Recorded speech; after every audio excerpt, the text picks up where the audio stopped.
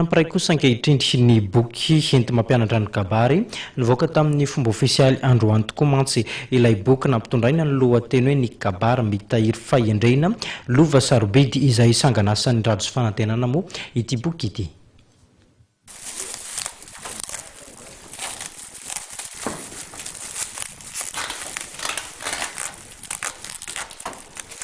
Nampahafantarina tamin'ny fomba ofisialy tamin'ity androany ity teto amin'ny ivokolo Analakely ny boky nampitondraina ny lohateny ny Kabary mitahiry fahendrena lova sarobidy izay sanganasa faharoa ho an'ny Rado rakotoarimanana na i Rado sy ramatoa Marie Christine Rasoarimino na i Fanantenana. Manatevindara ireo boky fianarana amin'ny Kabary ity boky vaovao ity izay manana mampiavaka azy raha mitaha amin'ny hafa. Izy zany izy io pejy 420 milokony sary ao anatiny. Misy ny Kabary rehetra izy io indrindra fa Kabary ampanavadiana sy azo lazaina fa hoe fototra anankiray anaran'ny olona rehefa Kabary izy sy fomba maromaro isan-karazany manodidina azy Kabary ampanavadiana zany. Dia misy ihany koa ny animation. Ny animation izay atao hoe ny valopolo isan-jaton'ny mpiry Kabary tsy mahay animation.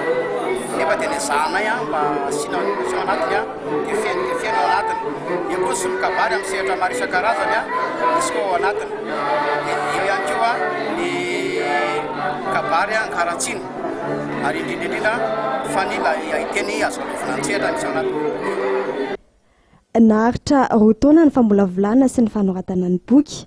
Ray mpiano boky kosa Andriamatoa Piero Rajonarivelo minisitra raharaham-bahiny izay nanambara tamin'ny lohateniny fa ny Kabary dia fitaovana iray entina mampiaina ny teny malagasy ary mitahiry ihany koa ny soatoavana malagasy dia ny fihavanana izany. Amidy amin'ny vidiny 7,000 ariary ity boky ity izay aparitaka manerana ireo tranom-boky maro eto an-toerana. Mitady amin'ny lalan-tantara ny androany ny Fanantenana.